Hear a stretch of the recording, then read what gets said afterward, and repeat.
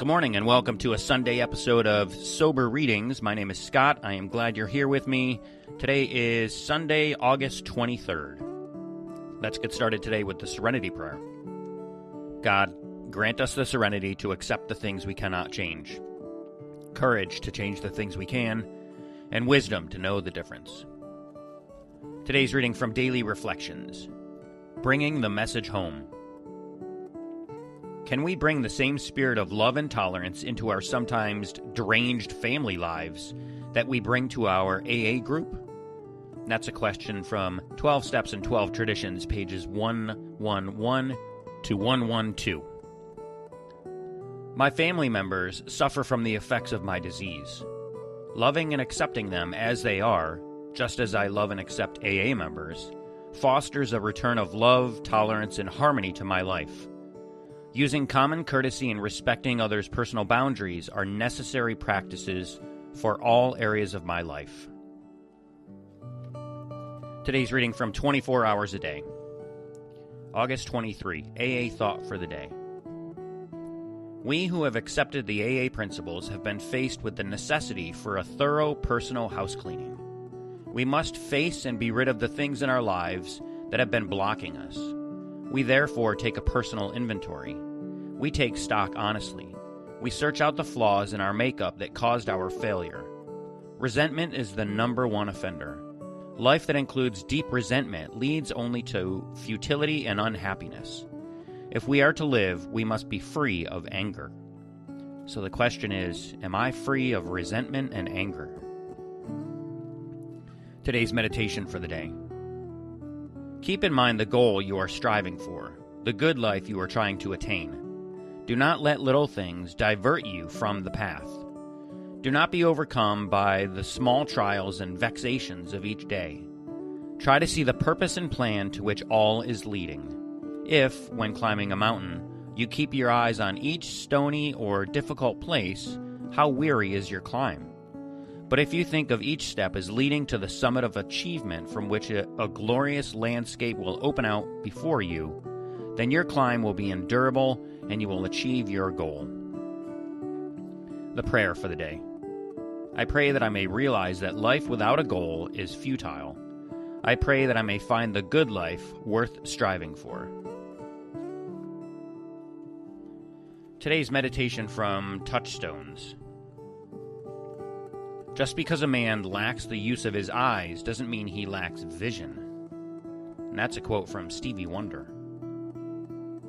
It has been easy for many of us to meet our limitations with self-pity. Maybe we think being a real man means always being strong, capable, good-looking, and in charge. If we have a disability, such as blindness or learning disorder, we may have thought we were less masculine or less worthy. All of us have disabilities. Some are greater than others, and some are more visible than others, but they all confront us with our powerlessness.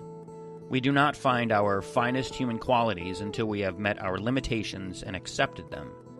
A new side of our strength develops when we accept our powerlessness and yield to it, rather than trying to take charge of it. We develop greater vision when we stop feeling sorry for ourselves about our disability and surrender to its truth. We then see our kinship with all men and women who struggle with their limitations. Today, I will set aside self-pity and remember to be grateful for the lessons my limitations have taught me. Today's reading from Keep It Simple, Daily Meditations for 12-Step Beginnings and Renewal. August 23rd. Where there is no vision, a people perish. That's a quote from Ralph Waldo Emerson. Working our program teaches us to see things more clearly. We learn to look at who we really are. At first, we're scared to see ourselves. But it turns out okay. We have others to remind us that we're okay, even though we're not perfect. We also begin to see others more clearly. We see good in people we don't like. And we see faults in people we thought were perfect. But we don't judge people anymore. Nobody is perfect. Just as our program friends accept us as we are, we learn to accept others. And the prayer for the day in this book, Higher Power, sometimes I don't like what I see. Help me to believe your way will work for me. help me have vision. And the action for the day: I will use my new way of seeing things to avoid trouble today. And that brings us to the end of today's readings. I wanted to go back to daily reflections and talk about that for a minute. The title was Bringing the Message Home. And the question was, can we bring the same spirit of love and tolerance into our sometimes deranged family lives that we bring to our AA group? One of the challenges of recovery is asking whether I can do that, whether I can bring the same spirit of love and tolerance into my family life that I so willingly bring into the meetings. In the rooms, I can listen to someone without judging them, forgive their shortcomings, accept that they're struggling, and remind myself that they are doing their best. Yet at home, with the people closest to me, the patience can disappear quickly. Old resentments, expectations, hurt feelings, and familiar arguments can make family life feel almost deranged at times. It's challenging in recovery to practice the principles where they're often the hardest to practice.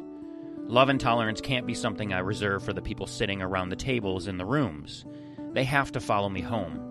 Sometimes that means listening instead of defending myself, or accepting instead of trying to control, or forgiving instead of keeping score, and also remembering that the people I love deserve at least as much grace as the stranger sitting across from me at the meetings.